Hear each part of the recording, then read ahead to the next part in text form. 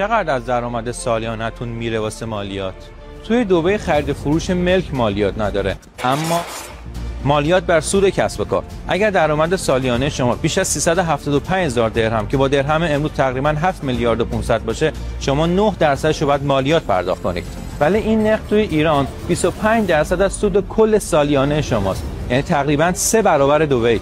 مالیات بر ارث توی ایران نسبت به سرمایه شما به شما مالیات تعلق میگیره، ولی تو دبی چیزی به عنوان مالیات بر ارث وجود نداره. آخرش هم مالیات بر ارزش افزوده یا همون وات که توی ایران 9% و توی دبی 5%، که یکی از پایین‌ترین نرخ‌های مالیاتی ارزش افزوده دنیا رو داره. دبی به خاطر قوانین مالیاتی ساده و شفاف به یکی از جذاب‌ترین مقصدها برای سرمایه‌گذاران خارجی تبدیل شده.